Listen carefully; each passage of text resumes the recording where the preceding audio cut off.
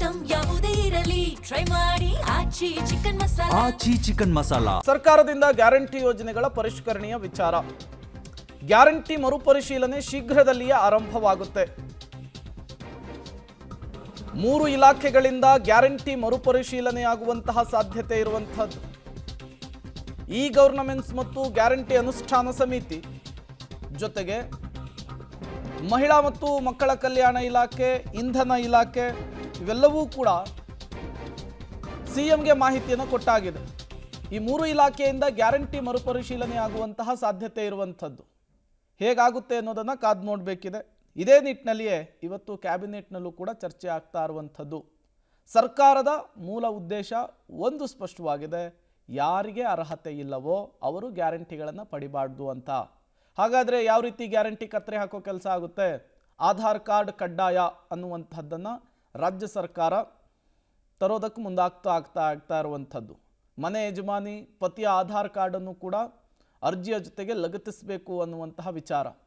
ಅದರ ಜೊತೆಗೇನೆ ಯಾವ್ಯಾವ ದಾಖಲೆಗಳನ್ನು ಕೊಡಬೇಕು ಅನ್ನುವಂಥದ್ದು, ಮತದಾನದ ಗುರುತಿನ ಚೀಟಿಯನ್ನು ಕೂಡ ಕಡ್ಡಾಯ ಮಾಡುವುದಕ್ಕೆ ರಾಜ್ಯ ಸರ್ಕಾರ ಚಿಂತಿಸಿದೆ ಅನ್ನೋದು ಗೊತ್ತಾಗ್ತಾ ಇದೆ. ಈಗಾಗಲೇ ರಾಜ್ಯದಲ್ಲಿ SIR ಕೂಡ ಆಗ್ತಾ ಇರುವಂಥದ್ದು. ಮತ್ತೊಂದು ಕಡೆ ಆಧಾರ್ ಲಿಂಕ್ ಇರುವಂತಹ ಬ್ಯಾಂಕ್ ಖಾತೆಯನ್ನೇ ಕೊಡಬೇಕು.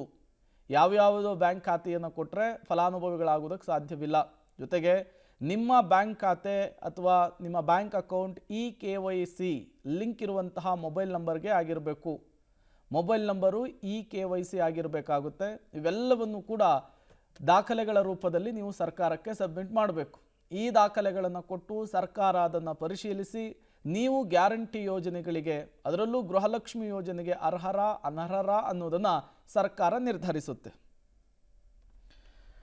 ಡೀಟೇಲ್ಸನ್ನು ಕೊಡೋದಕ್ಕೆ ಲೋಕೇಶ್ ನೇರ ಸಂಪರ್ಕದಲ್ಲಿ ಜಾಯಿನ್ ಆಗಿದ್ದಾರೆ. ಲೋಕೇಶ್, ಗ್ಯಾರಂಟಿ ಪರಿಷ್ಕರಣೆ ಏನೋ ಫಿಕ್ಸ್ ಆಗಿದೆ, ಬಟ್ ಸರ್ಕಾರ ಗೊಂದಲಕ್ಕೆ ಅವಕಾಶ ಕೊಡದೇ ಇರುವ ರೀತಿಯಲ್ಲಿ, ಅರ್ಹರಿಗೆ ತೊಂದರೆ ಆಗದೇ ಇರುವಂತಹ ನಿಟ್ಟಿನಲ್ಲಿ ಯಾವ ರೀತಿ ಪರಿಷ್ಕರಣೆ ಮಾಡಬಹುದು? ಪರಿಷ್ಕರಣೆ ಮಾಡಲಿಕ್ಕೆ ಒಂದು ಮಾರ್ಗಸೂಚಿಯನ್ನು ಬಿಡುಗಡೆ ಮಾಡ್ತಾರೆ. ಶೀಘ್ರದಲ್ಲೇ ಮಾರ್ಗಸೂಚಿ ಬಿಡುಗಡೆ ಮಾಡಿ ಗ್ಯಾರಂಟಿಗಳ ಪರಿಷ್ಕರಣೆ ಮಾಡ್ತೀವಿ ಅಂತೇಳಿ ಹೇಳ್ತಾ ಇರುವಂಥದ್ದು. ಅದರಲ್ಲಿ ಪ್ರಮುಖವಾಗಿ ಹೊಸ ಅರ್ಜಿ ಕರೆದನೆ ಮರುಪರಿಶೀಲನೆ ಮಾಡಿರುವಂಥದ್ದು. ಈಗೇನು ದಾಖಲಾತಿ ಈಗ ಇರುವಂಥ ಫಲಾನುಭವಿಗಳೆಂದರೆ ಅವರ ಬಳಿ ಯಾವೆಲ್ಲ ದಾಖಲಾತಿಗಳು ಇವೆ ಅನ್ನೋದನ್ನು ಮರುಪರಿಶೀಲನೆಯನ್ನು ಮಾಡ್ತಾರೆ. ಇವರು ಒಂದು ಅರ್ಜಿಯನ್ನು ಸಿದ್ಧಪಡಿಸ್ಕೊಂಡು ಅಧಿಕಾರಿಗಳು ಮನೆಗೆ ತೆರಳಿ ಫಲಾನುಭವಿಗಳಿಂದ ಬೇಕಾದಂಥ ಆಧಾರ್ ಕಾರ್ಡ್ ಇದೆಯಾ, ವೋಟರ್ ID ಇದೆಯಾ, ಆಧಾರ್ ಕಾರ್ಡ್ ಅಕೌಂಟ್ಗೆ ಲಿಂಕ್ ಆಗಿದೆಯಾ, GST ಪಾವತಿ ಮಾಡ್ತಾ ಇದ್ದೀರಾ, IT ಪಾವತಿ ಮಾಡ್ತಾ ಇದ್ದೀರಾ, ಜೊತೆಗೆ ಮನೆ ಒಳಗಡೆ ಯಾರಾದರೂ ಸರ್ಕಾರಿ ನೌಕರರು ಇದ್ದಾರಾ, ಈ ರೀತಿಯಾದಂಥ ಪ್ರಶ್ನೆಗಳನ್ನು ಕೇಳಿ ಸೂಕ್ತ ದಾಖಲಾತಿಗಳನ್ನು ಸಂಗ್ರಹ ಮಾಡ್ತಾರೆ. ಯಾರು ದಾಖಲಾತಿಗಳನ್ನು ಕೊಡೋದಿಲ್ಲ, ಸಂಪೂರ್ಣ ಮಾಹಿತಿಯನ್ನು ಕೊಡೋದಿಲ್ಲ, ಅಂಥವರು ಸೌಲಭ್ಯಗಳನ್ನು ಪಡ್ಕೊಳ್ಳೋದಕ್ಕೆ ಸಾಧ್ಯ ಇಲ್ಲ, ಅವರು ಅಲ್ಲಿಗೆ ಅರ್ಹರಲ್ಲ ಎನ್ನುವ ನಿರ್ಧಾರಕ್ಕೆ ಬರ್ತಾರೆ. ಆ ಕಾರಣಕ್ಕೋಸ್ಕರ ಯಾರಿಂದ ಮಾಡಿಸ್ಬೇಕು ಎನ್ನುವಂಥದ್ದು ಕೂಡ ಒಂದು ಗೊಂದಲ ಇರತಕ್ಕಂಥದ್ದು. ಇ ಗವರ್ನೆನ್ಸ್ ಕಡೆಯಿಂದ ಸುಮಾರು 17,000 ಸೇವಾ ಕೇಂದ್ರಗಳು ಬರ್ತವೆ ಇ ಗವರ್ನೆನ್ಸ್ ಅಡಿ.